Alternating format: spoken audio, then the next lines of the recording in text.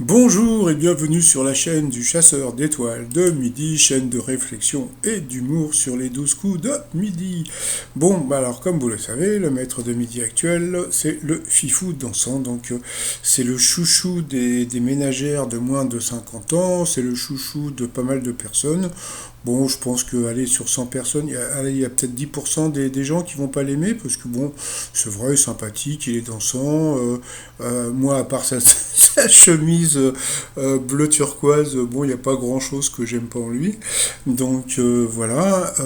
Après, bon, c'est la production comment dire, qui fait les questions. Donc moi, de ce côté-là, je ne dis plus rien. Bon, bah comme je vous l'ai dit, donc ça y est, il a dépassé donc le record de Paul. Donc ça y est, il a battu donc son record.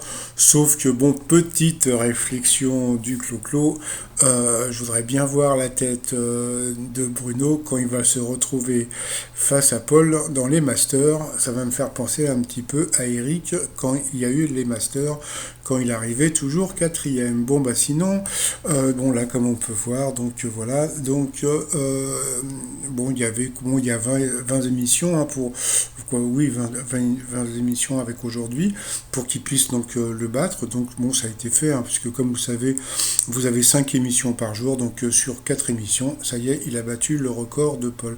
Et voilà, mais bon, comme je vous l'ai dit, donc il y a d'autres émissions qui ont été tournées, et je pense qu'il a battu aussi le record de Christian Q, hein, donc le libéré, hein, puisqu'avant c'était le prisonnier, mais maintenant qu'il a été libéré, donc c'est le libéré. Et je pense qu'ils vont tout faire pour qu'ils battent le record de Eric Le Breton. Donc ben, on va voir un petit peu plus tard. Il va falloir vraiment que je me bouge le cul d'aller voir à la production pour voir s'il est toujours dans le jeu.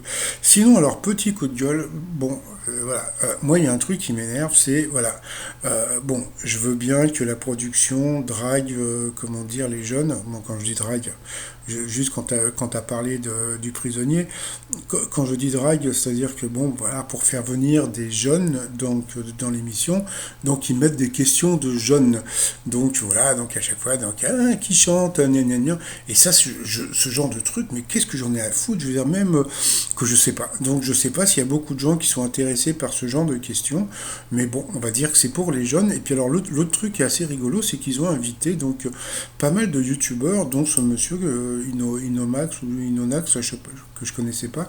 Bon, c'est vrai qu'il a quand même 4 millions de followers, mais bon, franchement, j'avais jamais entendu parler de ce monsieur. Et puis c'est vrai que, bon, si vraiment vous voulez devenir youtubeur, je pense que c'est les jeux vidéo hein, qui font venir le plus comment dire, de followers. Et puis après, c'est à vous de trouver la façon de vous vendre. Peut-être que si vous vous déguisez en même temps, peut-être que vous aurez beaucoup plus de monde. Bon, ça, après, chacun son truc.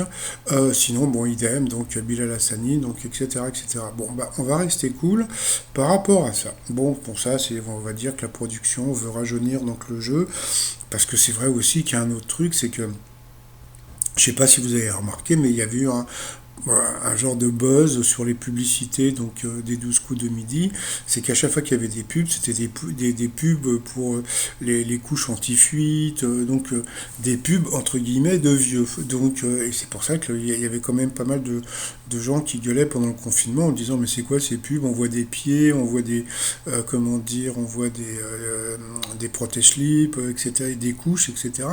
Mais bon, c'est vrai que bon, bah, comment dire, les 12 coups de midi, c'est vrai que l'émission est suivie, on va dire, aller à 80% par des personnes qui sont âgées de plus de 60 ans. Hein, donc, mais c'est pas parce que, comment dire, c'est pas le programme qui est âgé, c'est parce que, bah voilà, c'est ce qu'on appelle les retraités. Donc, voilà, quoi. Donc, vous avez les retraités, vous avez la mère de famille à la maison qui s'occupe de son gosse, et puis les chômeurs, etc. Donc, c'est vrai que, bon, bah, les pubs, bon, il y a beaucoup de gens qui ont gueulé là-dessus. Bon, ça c'était autre chose. Sinon, bah ça y est, donc le club des invisibles, donc des invincibles, pardon, c'est donc samedi prochain. Et comme j'avais déjà dit, le truc que j'avais trouvé super super bizarre, comme vous pouvez le voir, c'est Romain. Bon bah Romain, je le trouve sympathique, c'est vrai qu'il est sympa le petit pompier, mais quoi le petit pompier, d'après la photo là, on dirait qu'il est plus grand que Nagui. Mais bon, comment dire, quand on regarde le casting entre guillemets de l'émission, eh bien, bah, le Romain, comme je dis, donc il est sympa, etc. Mais regardez sur, comment dire, par rapport au gagnant des 12 coups de midi, eh bien, il n'est que 17e. C'est-à-dire que, bon, même si Nagui n'a pas pu se payer, entre guillemets, Xavier, ça aurait été plus sympa.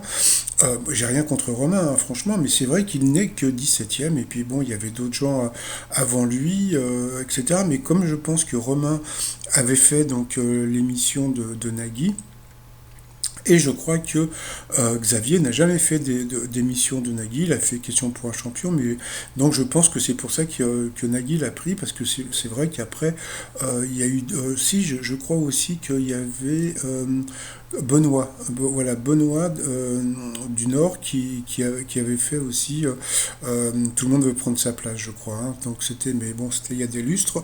Donc voilà, bon, bah on va voir ce que ça va donner. Donc là, j'ai sorti le programme de samedi prochain. Donc bon, je veux pas dire du mal, mais c'est vrai que quand tu regardes le programme, donc la chanson de l'année, ouais, bof, Why Not, le club des Invincibles, et puis vous avez Mortel Calanque. Donc je pense que Mortel Calanque, bah, comme d'habitude, ça va arriver premier, hein, tout ce qui est, comment dire, tout ce qui est série, etc.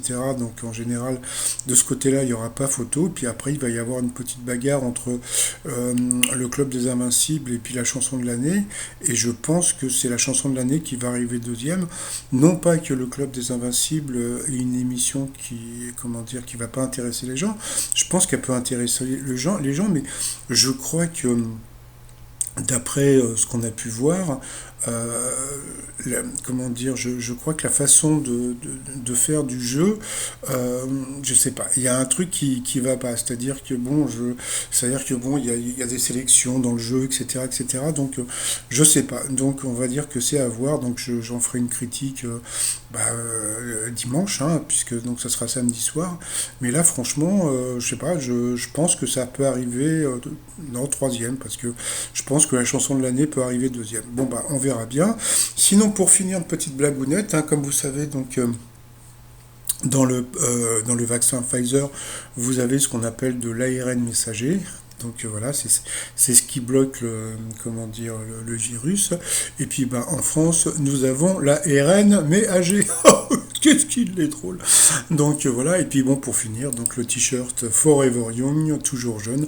Alors ça, Forever Young, j'ai proposé à, comment il s'appelle, à Michel Drucker une émission qui s'appelait Toujours jeune.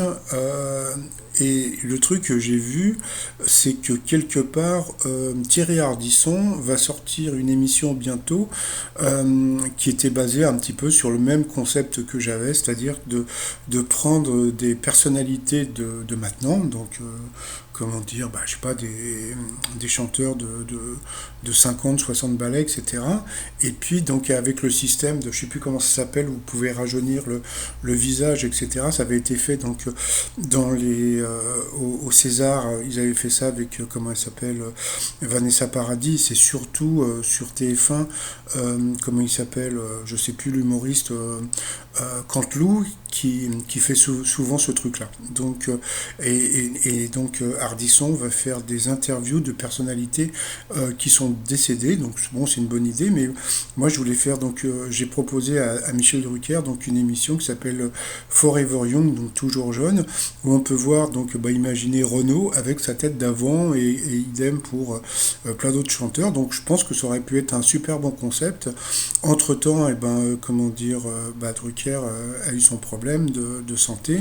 Et puis là, au retour, pas de réponse. Donc voilà, on verra bien. Bon, allez, sinon, je vous dis donc à tout à l'heure pour mon résumé des 12 coups de midi. Allez, bye bye.